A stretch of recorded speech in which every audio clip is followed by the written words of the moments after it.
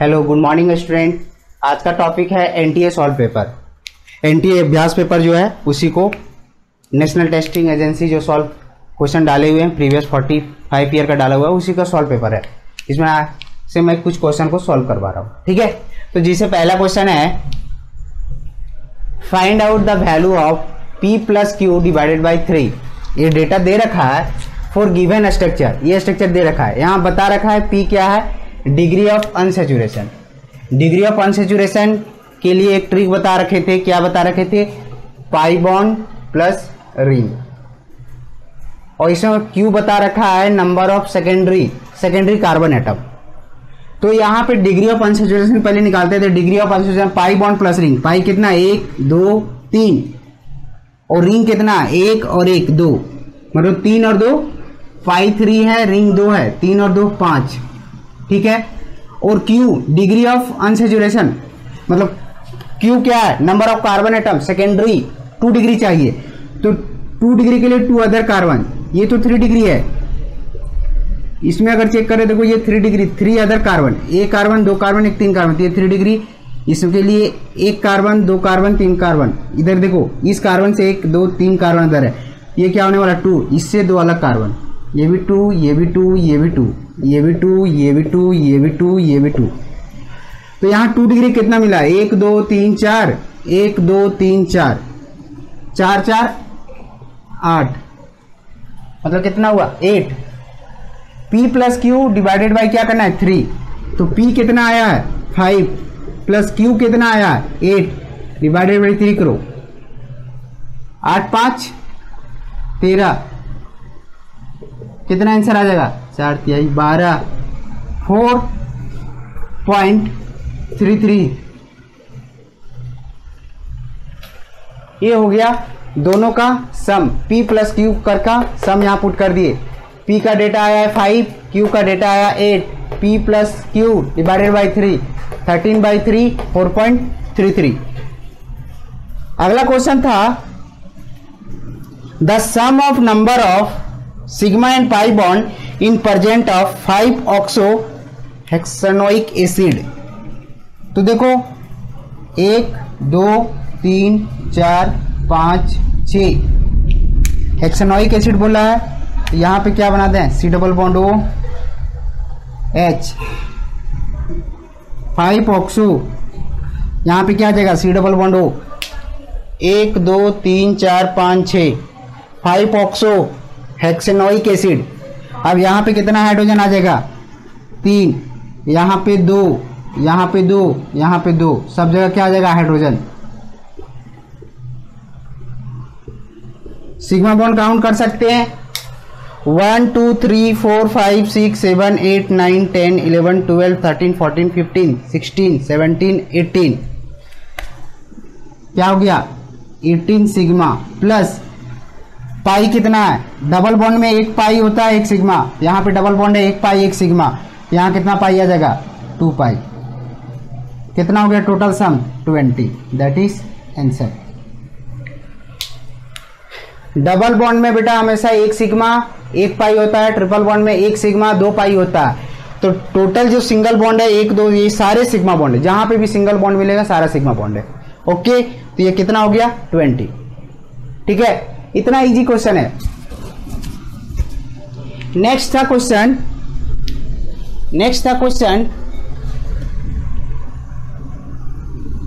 इसको मिटाते हैं। Next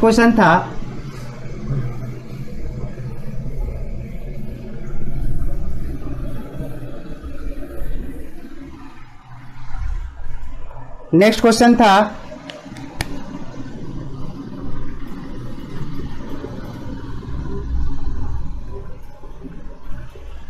find out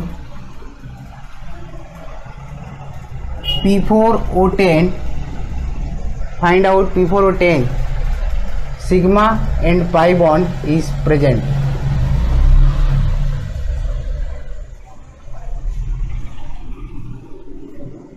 तो P4O10 का स्ट्रक्चर पहले क्या होता है बेटा, POP POP POP POP इसका डबल बॉन्ड हो, डबल बॉन्ड हो,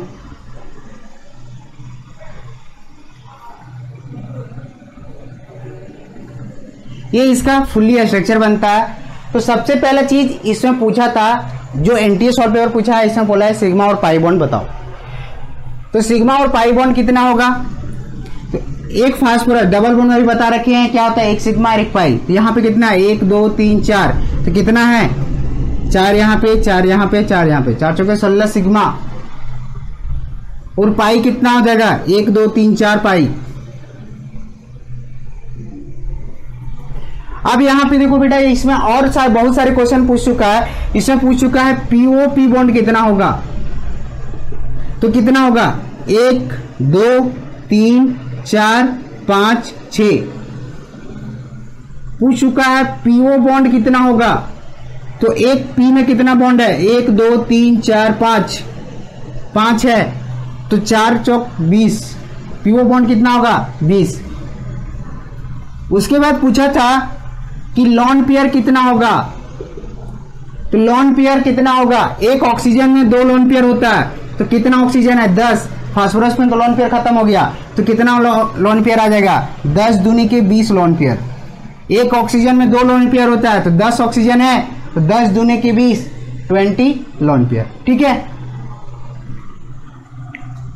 नेक्स्ट क्वेश्चन है,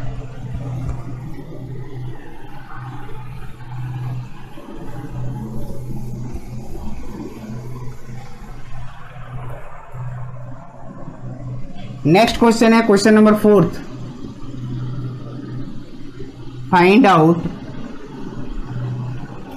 lawn pair in N2O5।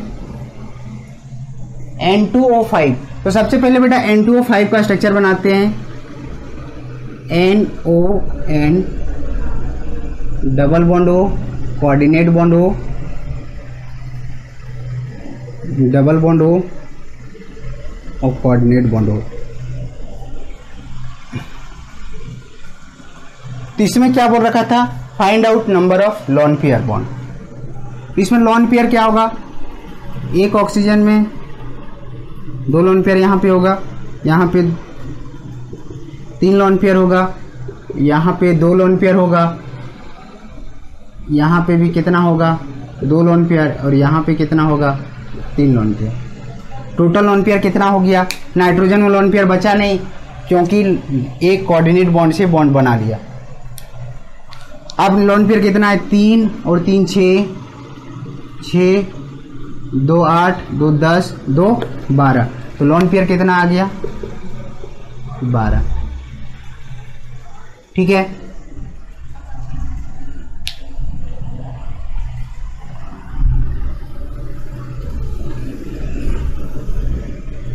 Next question है question number 5। Find out HCF2, HCF4 and HCF6 lone pair is present। HCF lone pair के लिए normally इस type का चीजें है, तो इसके लिए फॉर्मूला लगा दो, valence minus share divided by 2 equal to lone pair find out हो जाएगा। जब ऐसा के साथ, तो जेनॉन का बैलेंस कितना होता है 8 और हेलोजन फैमिली का बैलेंस कितना होता है 7। तो क्या करो 8 बैलेंस, यहाँ पे शेयर एटम लिखे हैं, शेयर कितना है 2, और फ्लोरीन सिंगल बॉन्ड बनाता है, तो HCF2 में 2 बॉन्ड है, डिवाइडेड बाई क्या करना होगा 2, कितना होगा 6/2, लॉन पेयर कितना आ जाएगा 3। इसको स्ट्रक्चर से भी बना सकते थे,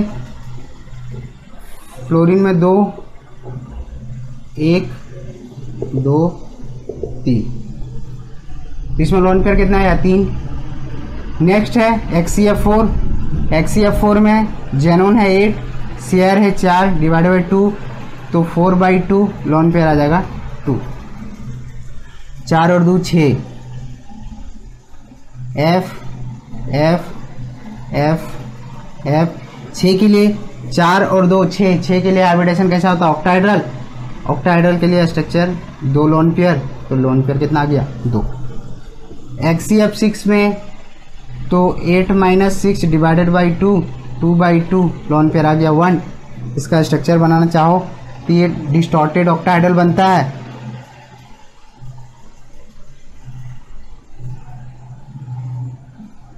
XC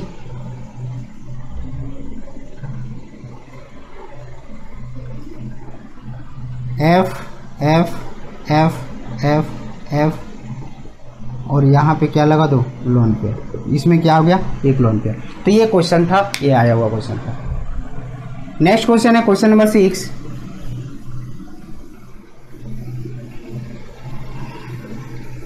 नेक्स्ट क्वेश्चन है question number 6।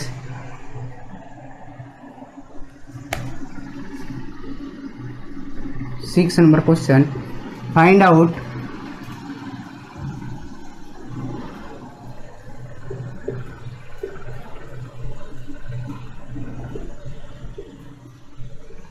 hybridization of H3BO3 boric acid in presence of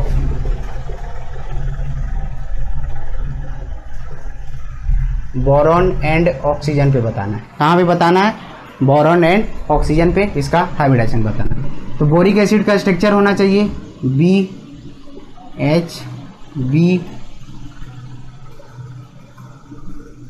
इस केस में बोरॉन में क्या होता है vacant orbital, but 1 2 3 sigma, 3 sigma के लिए हाइब्रिडाइजेशन क्या होता है sp2। और ऑक्सीजन में क्या होता है 2 लोन पेयर। बट बोरॉन में क्या होता है वैकेंट ऑफ 2p ऑर्बिटल।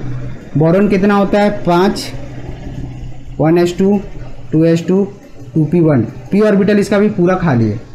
तो p ऑर्बिटल खाली होने के चलते ऑक्सीजन क्या करता है लोन पेयर को ये बैक बॉन्डिंग कर लेता है, बैक बॉन्ड बना लेता है। तो बैक बॉन्ड बनाने के चलते कितना बॉन्ड बचा ऑक्सीजन पे? एक लोन पेयर 2 और एक 3 के लिए भी। तो यहाँ पे क्या बचा 2 सिग्मा प्लस 1 लोन पेयर।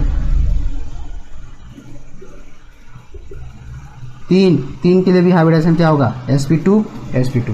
ठीक है, sp3 मत कर देना कि दो लोन पेयर है। ये बेटा वैकेंट ऑर्बिटल होता है, बैक बॉन्डिंग कर लेता है, इसलिए ऑक्सीजन पे क्या हो जाता है एक लोन पेयर बचता है। इसलिए हाइब्रिडाइजेशन क्या बन जाएगा sp2 sp2। ये हुआ बोरिक एसिड का हाइब्रिडाइजेशन। ठीक है, नेक्स्ट है question number 8। Question number 7, the total number of lone pair of electron in melamine. क्या बोल रहा है मेलेमाइन में total number of lone pair बताओ। तो lone pair of electron melamine का पहले स्ट्रक्चर पता होना चाहिए बेटा, ये बहुत इंपॉर्टेंट है। मेलेमाइन पॉलीमर है,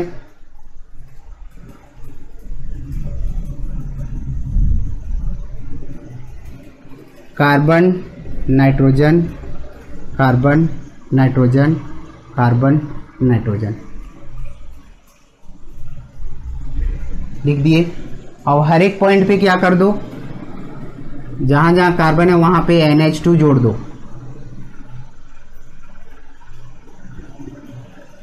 तो नाइट्रोजन पे हम लोग को पता है क्या होता है एक लोन पेयर होता है। तो लोन पेयर कितना आ गया देखोगे, नाइट्रोजन कितना है 1 2 3 4 5 6, तो लोन पेयर आ गया 6। बट इसमें पूछ देता है सिग्मा एंड पाई बॉन्ड। तो सिग्मा और पाई बॉन्ड पता करने के लिए क्या करना पड़ेगा, इस पे एक्सपेंड करते हैं। यहाँ पे 2 हाइड्रोजन है, तो यहाँ कितना हो गया 1 2 3 3 3 9 और 6 यहाँ पे आना चाहिए 1 2 3 4 5 6 9 6 कितना हो गया सिग्मा 15 सिग्मा, और पाई कितना आ गया 3। मेलेमाइन में ये सबसे इंपॉर्टेंट है। अगर इसका हाइब्रिडाइजेशन पूछता है कितना आ जाता 1 2 और एक लोन पेयर 3 के लिए sp2।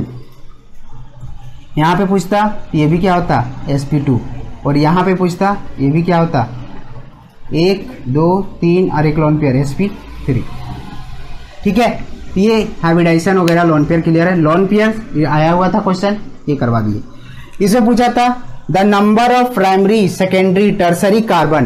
प्राइमरी मतलब 1 डिग्री, सेकेंडरी मतलब 2 डिग्री, टर्सरी मतलब 3 degree carbon atom in following structure. Following structure में प्राइमरी सेकेंडरी टर्सरी बताना है। तो इस कार्बन के लिए देखा जाए, एक कार्बन इधर है, एक कार्बन इधर है और एक कार्बन इधर, मतलब ये क्या होना है 3 डिग्री, तो ये भी क्या होने वाला है 3 डिग्री। बाकी जो भी कार्बन है इधर वाला है सारे 2 डिग्री होने वाले हैं, ठीक है। ये इस कार्बन से देखते हैं तो ये इधर कार्बन इधर कार्बन 2 डिग्री, तो ये क्या होने वाला है 1 डिग्री।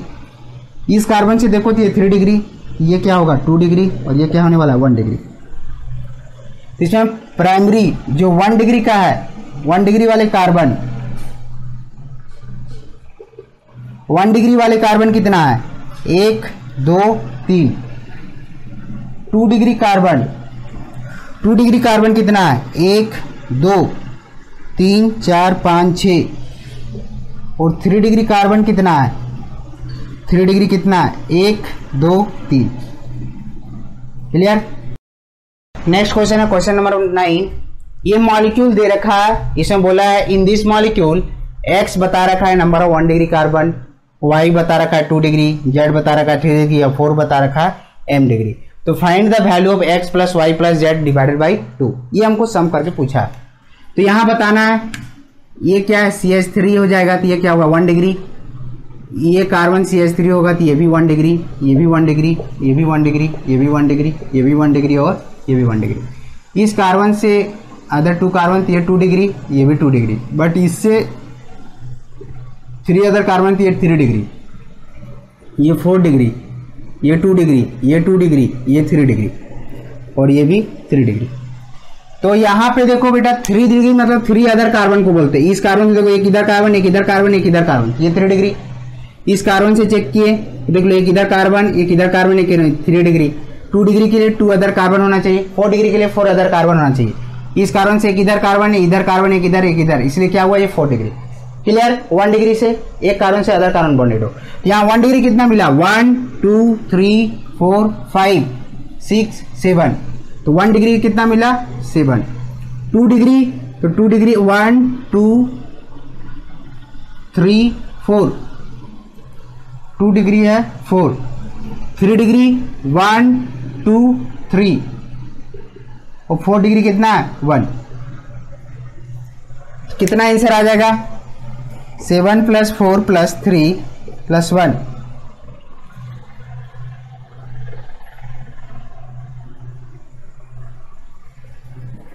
एक यहां भी है 2 डिग्री कितना हो गया 1 2 3 4 5। 2 डिग्री बेटा 5 है नो डाउट, इसको 5 कर दो कितना हो गया 7 3 10 10। 2 डिग्री बेटा एक छूट रहा था, यहाँ पे 2 डिग्री एक छूट रहा था बेटा, इसलिए गलती इंसान से ही होता है। 2 डिग्री लिख दिए, कितना हो गया 5।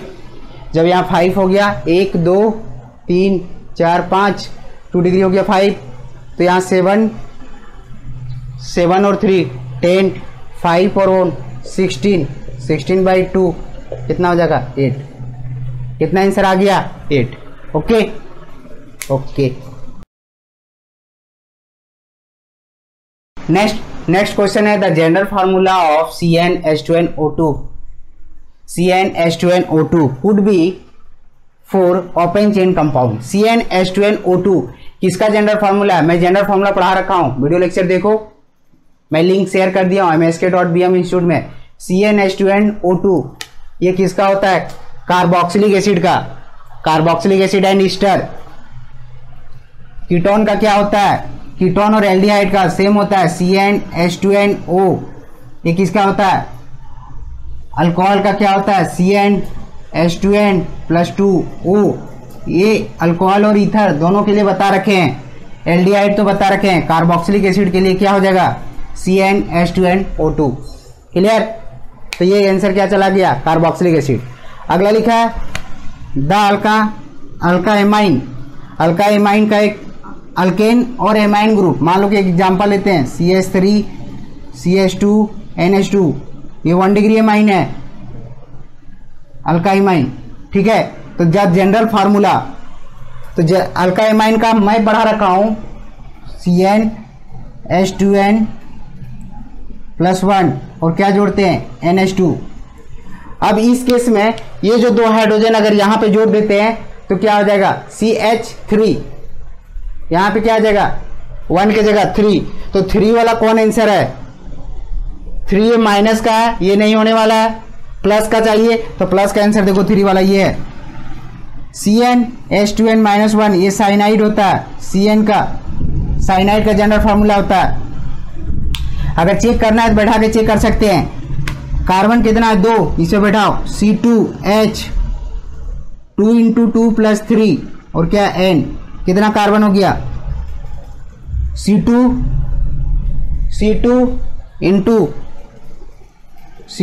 H 2 दूनी के 4 और 3 7 H7N।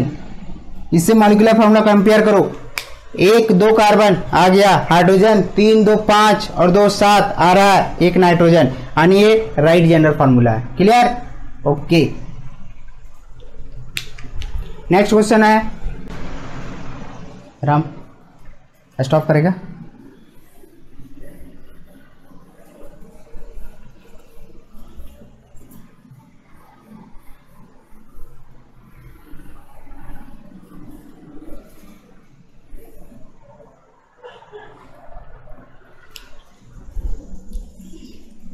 छोड़ा, स्टॉप मत कर, लिखते हैं। C6H14 find out number of isomer.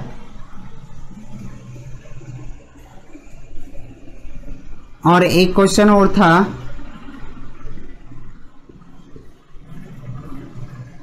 C4H9 find out number of isomer.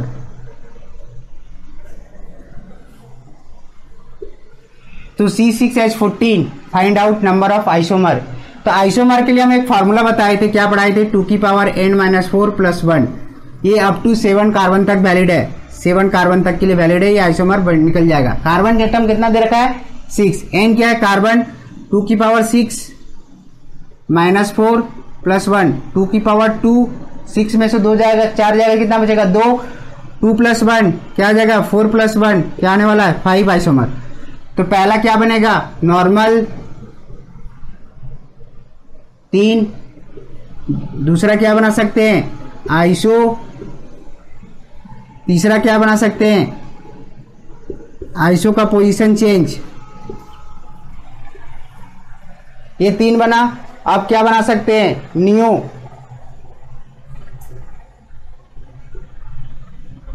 और ये क्या बना सकते हैं, यहां पे 2 पे है, इसका पोजीशन चेंज कर दो।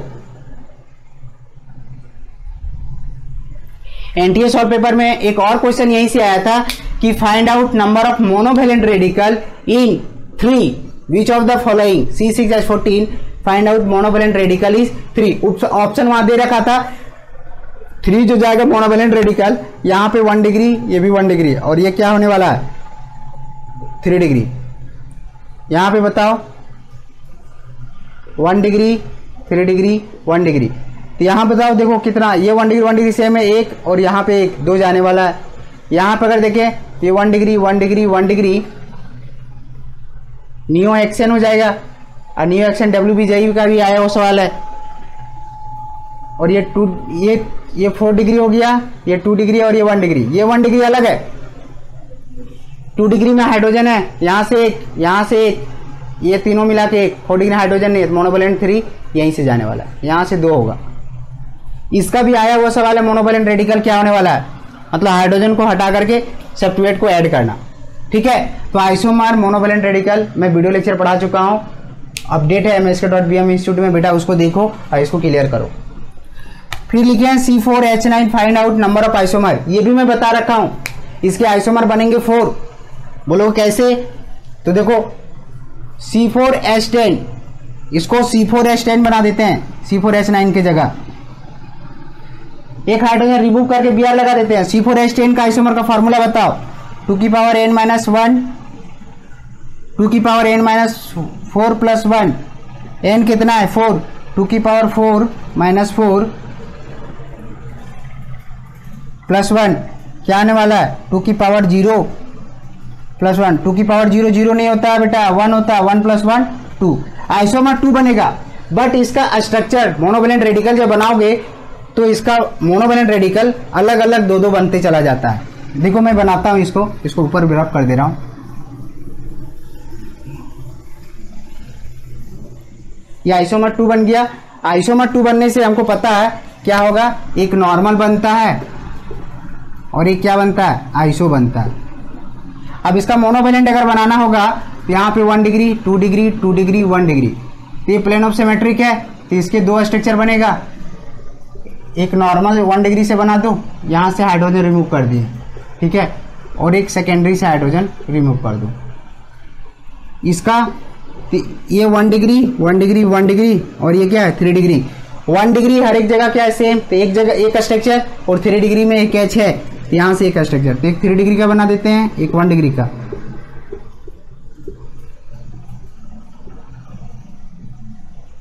इसको CH2 कर दिए, ठीक है, एक डैश लगा दिए, तो यहाँ से कितना बन गया total isomer 4। Clear, monovalent radical लगा करके आइसोमर चेक कर दिए। अब नेक्स्ट क्वेश्चन है, और सारे क्वेश्चन है।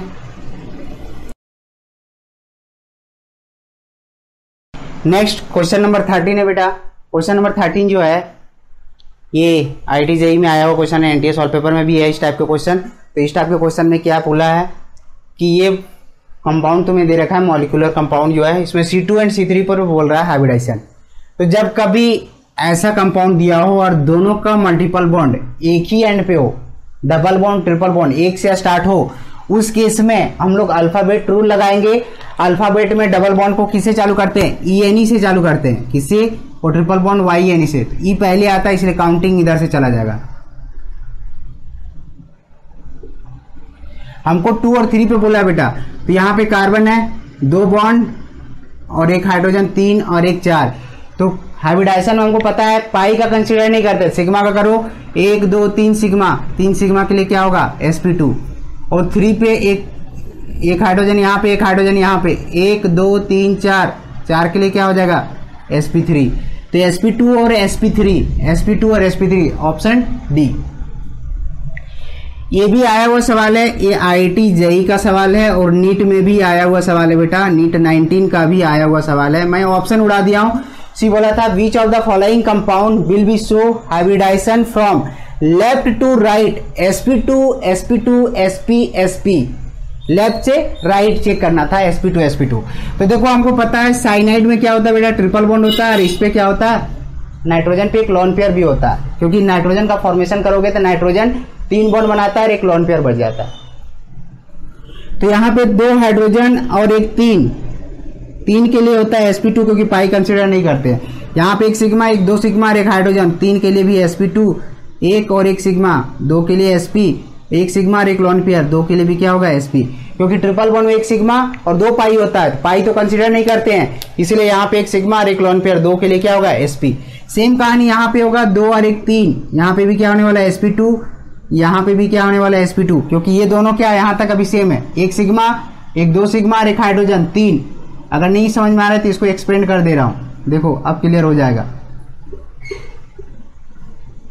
1 2 और ये डबल बॉन्ड हो गया, 1 सिग्मा यहाँ पे, 3 के लिए sp2, 1 2 और 1 3 sp2, 1 और 1 2 sp, और यहाँ पे भी क्या आ जाएगा sp। दोनों सेम था, ये डेटा चेंज करके IIT रखा था, ये डेटा चेंज करके नीट पूछा था।